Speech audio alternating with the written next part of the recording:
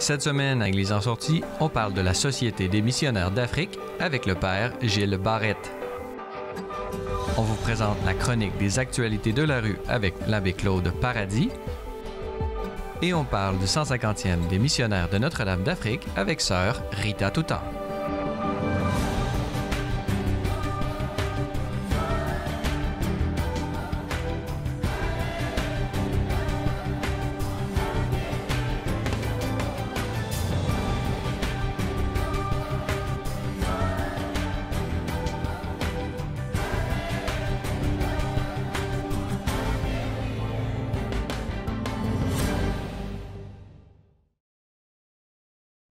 Bonjour, mesdames et messieurs, et bienvenue à Église en sortie. Aujourd'hui à l'émission, nous allons d'abord traiter de la mission et pour nous en parler, nous avons avec nous en studio le père Gilles Barrette. Bonjour. Bonjour.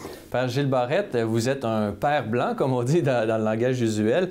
Vous faites partie de la Société des missionnaires d'Afrique.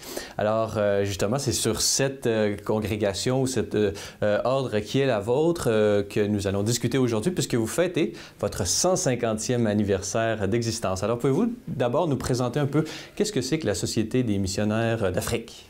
C'est une société d'hommes et de femmes. Chez les hommes, on a les missionnaires prêtres et les missionnaires frères. Et puis, il y a les religieuses qui sont missionnaires d'Afrique aussi. Nous avons également une branche laïque qui s'appelle les laïcs missionnaires d'Afrique.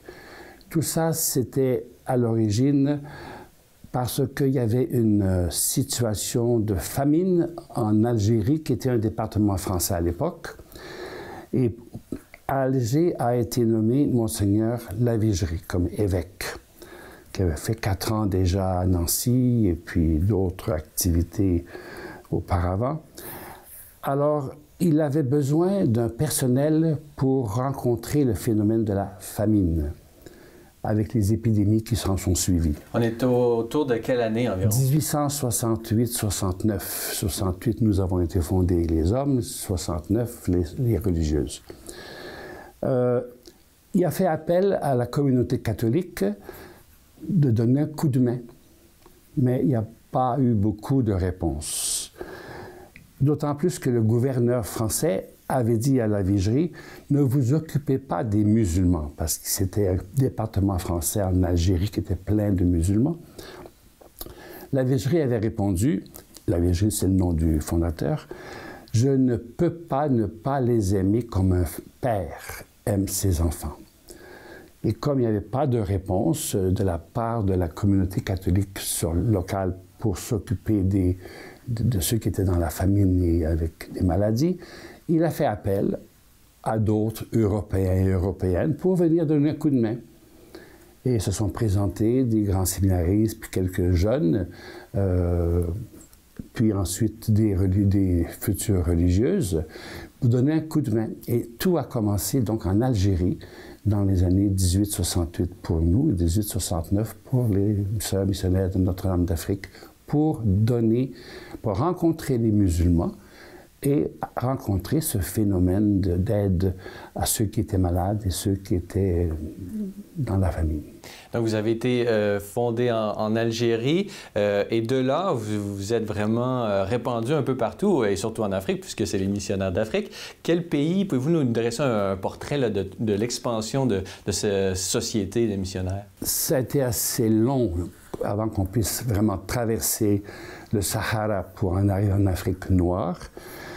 Mais on a eu d'abord l'Algérie, puis la Tunisie, puisque la Vigerie a été également nommé évêque de Tunis en même temps qu'il était évêque d'Alger.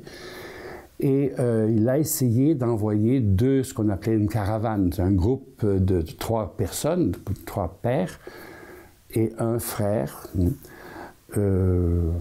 D'abord, c'était 3 pères chaque fois, avec des porteurs de bagages, puis des chameaux et tout, pour traverser le Sahara pour aller en Afrique noire. Ces 2 caravanes ont été tuées par leur guide Touareg.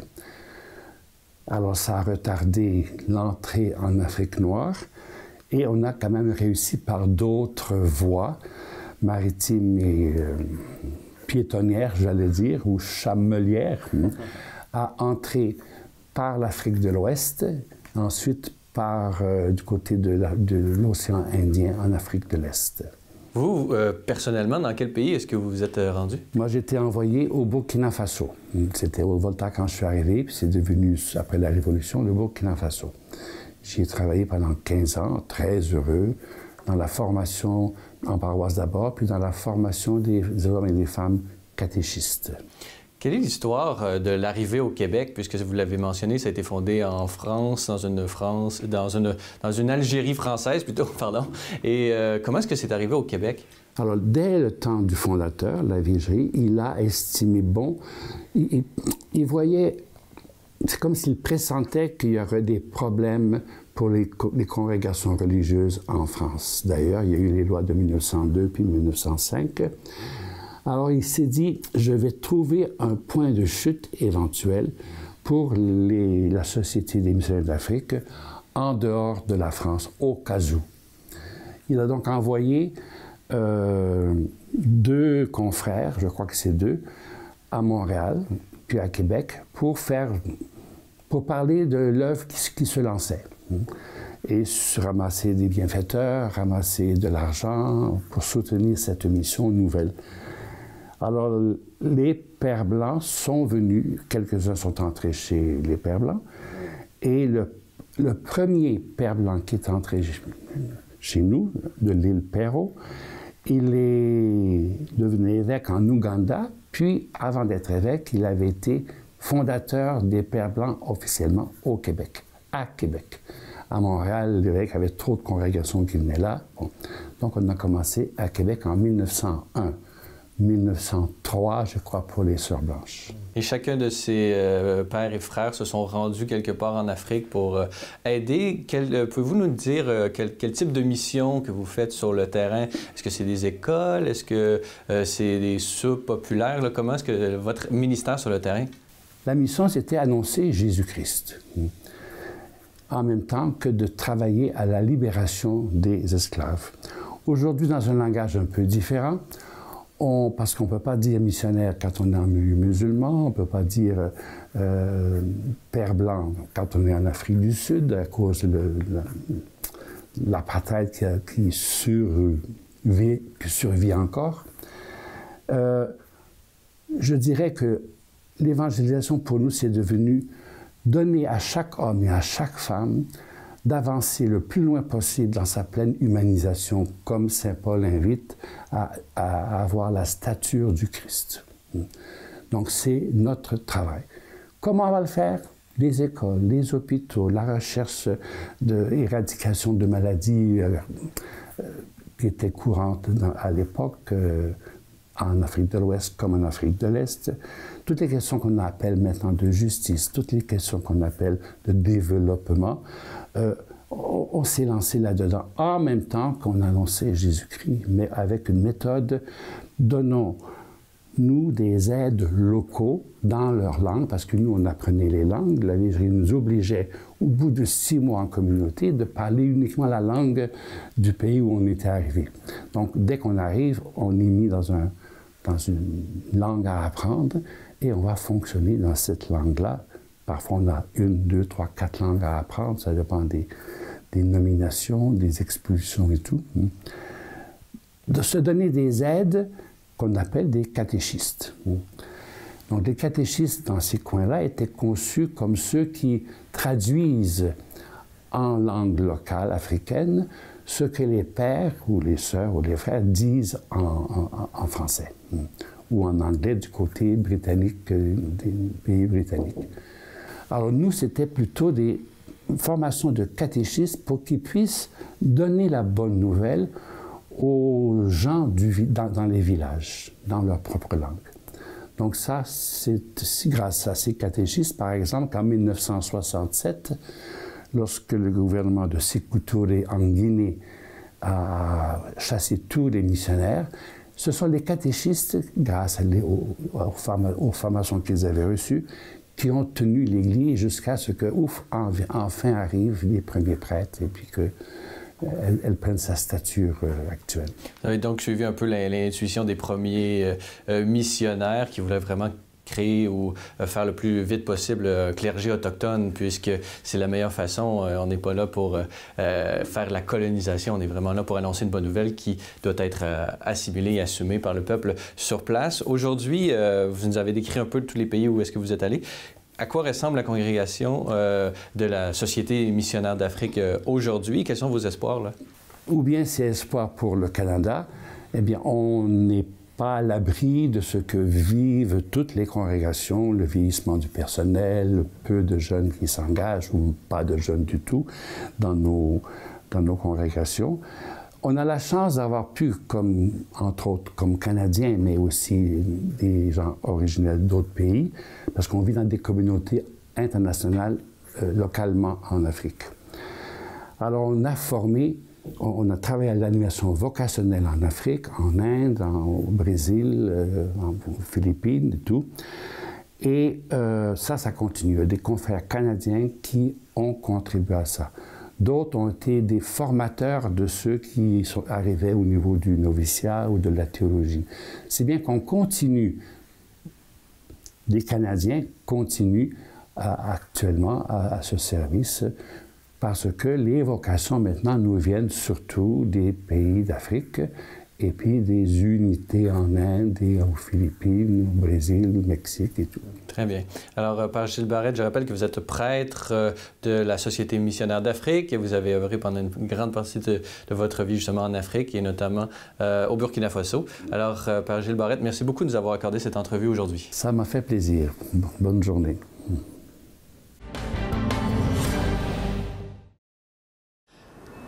Alors bonjour et bienvenue à Sel et Lumière, à la chronique des actualités de la rue. Je suis l'abbé Claude Paradis, le curé de la rue. Aujourd'hui, je vais vous entretenir sur l'hôpital Royal-Vic, un ancien hôpital qui était fermé. On ouvert des lits présentement pour les gens de la rue, surtout pour ceux qui ont des animaux. Parce qu'à Montréal, il n'y a aucun refuge qui accepte des animaux, alors les jeunes couchent dehors avec leurs chiens.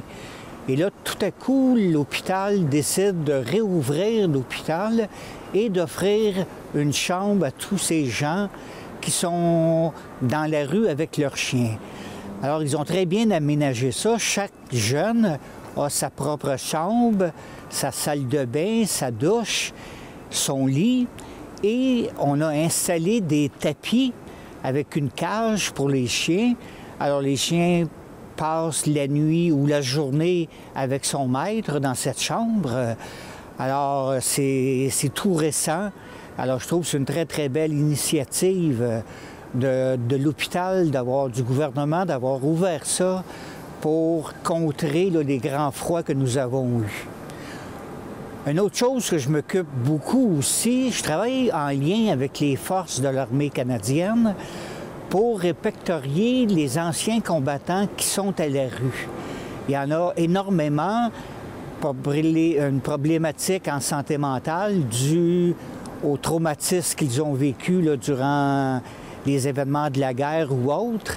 Alors on en retrouve beaucoup à la rue et le gouvernement veut les reprendre en charge pour les sortir de la rue, pour pas que ces gens aient à vivre justement dans cette rue. Et un autre sujet qui m'est à cœur, c'est une dame, Nathalie, qui, sa fille de 23 ans, Catherine, était en psychiatrie, elle consommait beaucoup et elle avait été en psychiatrie d'elle-même pour avoir de l'aide, parce qu'elle pensait au suicide, elle pensait à toutes sortes de choses, et elle voulait se sortir de sa consommation. Alors voilà qu'elle entre à l'hôpital, et quelques jours après, le psychiatre lui donne son congé. Alors la fille, Catherine, et sa maman, Nathalie, ne veulent pas qu'on donne congé à la fille, mais le psychiatre leur dit, bien, il n'y a pas de danger, il n'y a pas rien, alors je lui donne son congé. Et 3 jours plus tard, on retrouve cette jeune fille morte dans un appartement, seule comme ça. Et pourtant, elle avait demandé de l'aide.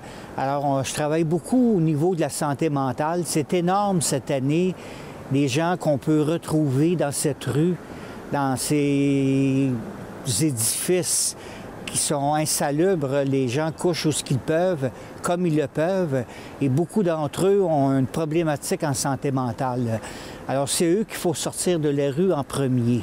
Alors, on travaille aussi à cet effet. Je dis souvent que l'Église m'a envoyé dans la rue, mais la rue m'a appris l'Église, par contre. Je vous explique. Le Seigneur nous a fait en sorte pour que notre cœur serait toujours inquiet jusqu'à ce que nous reposions en lui, dans le Seigneur. Alors j'obéis à un feu qui vient de mon histoire, de la rue opprimée, souffrante, défigurée, sans prestance et laissée de côté par les autres. Il faut donner une parole de réconfort. C'est dans Isaïe 50, 5, 9, donner une parole de réconfort à travers un cri. Et je suis entré dans la file des exclus pour ne plus en sortir. Ce quartier, ces ruelles, sont devenus mon sanctuaire. Je suis un peu comme un moine en plein cœur de la ville. J'ai commencé aussi à fréquenter la fraternité des moines de Jérusalem. Alors, c'est des moines qui sont en plein cœur de différentes villes dans le monde. Et j'ai commencé à les fréquenter. Je prie avec eux dans les différents offices qu'ils ont. Il y a des gens qui travaillent dans la rue, je dirais que c'est des éboueurs improvisés qui se mirent à nettoyer les ordures du cœur de ces gens. Il faut apporter une humeur tonique dans ce découragement qui est un non-sens. Alors, il m'a aidé à porter le regard vers ceux et celles qui sont dans la marge, qui sont au bord du chemin. La souffrance, les gens me disaient, la souffrance, on l'avait déjà, mais elle n'était pas encore baptisée. Maintenant, on l'a baptisée, c'est la rue, c'est tout ce qui peut entraîner à cette rue. Suivre les pas de Jésus crucifié.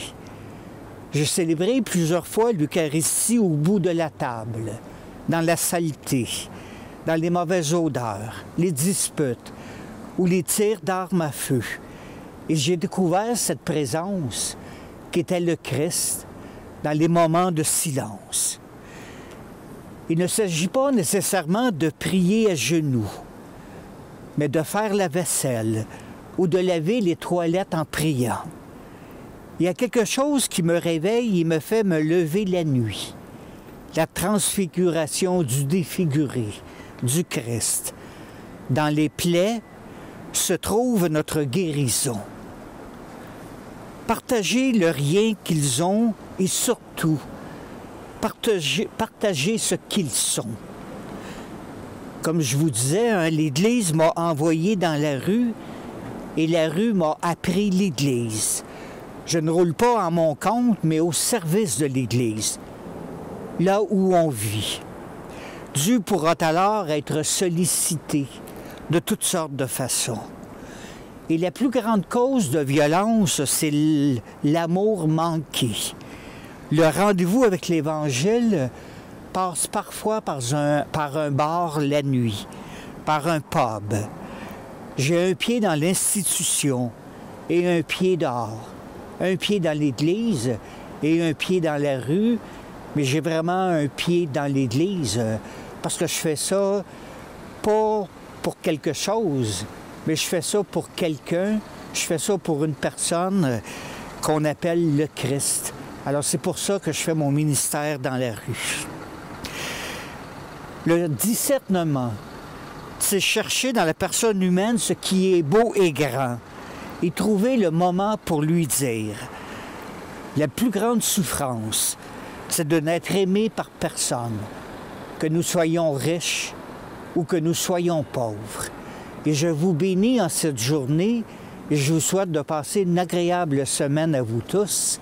Et je vous bénis par le ministère de l'Église, au nom du Père, du Fils et du Saint-Esprit. Amen.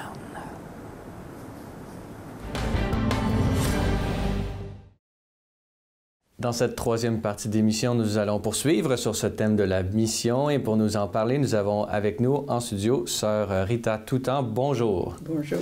Sœur Rita Toutan, vous êtes canadienne, d'origine franco-manitobaine et vous êtes religieuse de cette congrégation dont nous avons parlé dans la première partie de l'émission pour la branche masculine, pourrait-on dire. Vous êtes sœur missionnaire de Notre-Dame d'Afrique. Alors, pouvez-vous d'abord juste nous parler un peu personnellement, là, nous décrire votre parcours? Bien, merci. J'étais au Manitoba. J'ai fait mes études de scolarité, les études d'infirmière à l'hôpital de Saint-Boniface. Et en 1963, j'ai quitté le Manitoba pour venir à Montréal pour joindre ma congrégation. Et disons, après ça, en 1965, j'ai fait avec d'autres compagnes un stage, on appelait ça l'année internationale à l'époque, à Londres. Et ensuite, je suis allée en Tanzanie.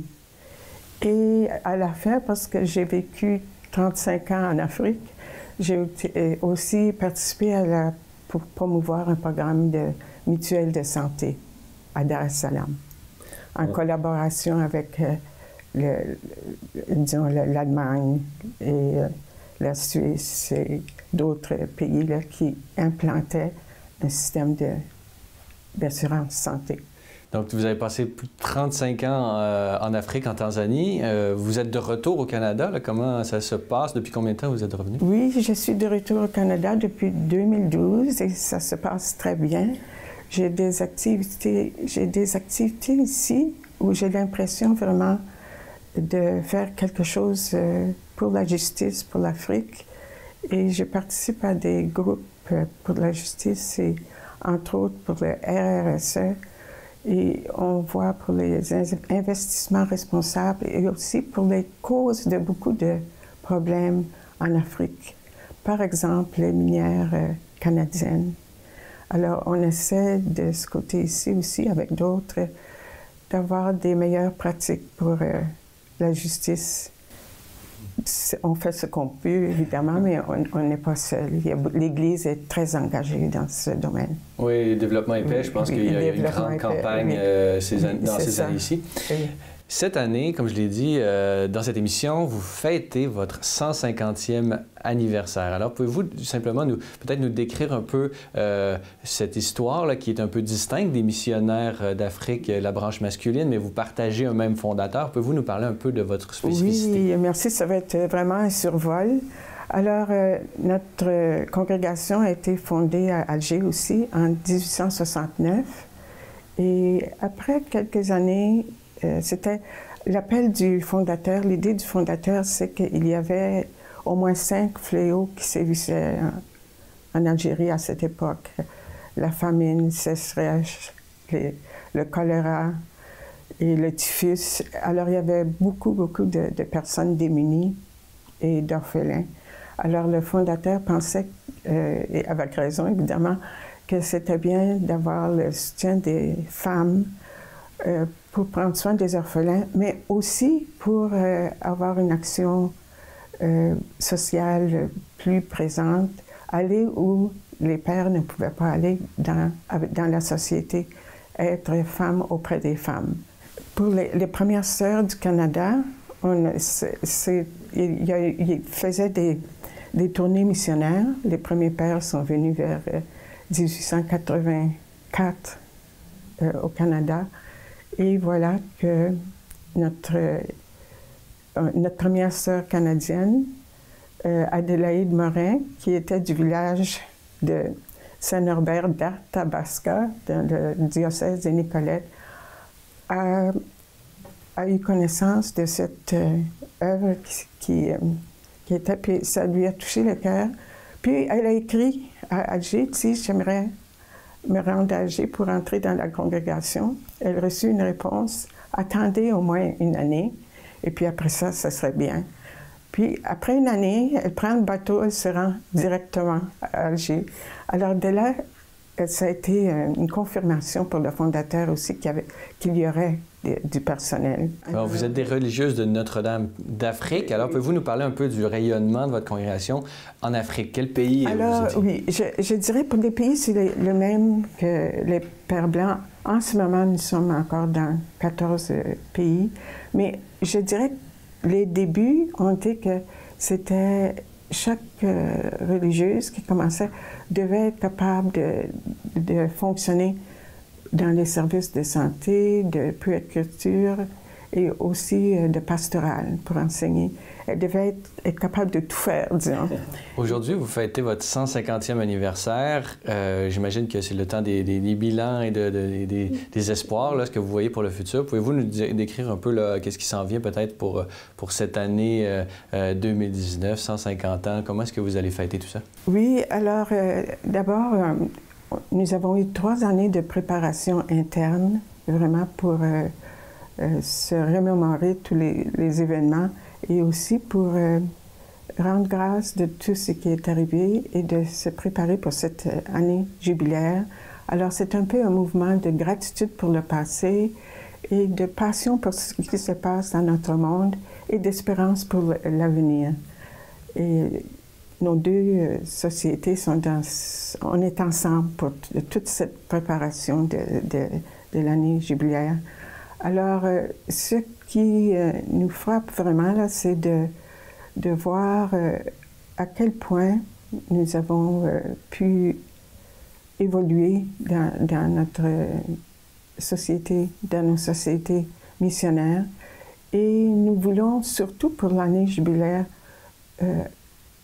avoir un contact avec nos régions d'origine, nos paroisses, et pour remercier toutes les personnes dans les paroisses qui ont soutenu les missions, soit avec les membres, les familles qui ont accepté que leur fils, leur fille partent, et puis soutenu au point de vue, d'encouragement et financier aussi.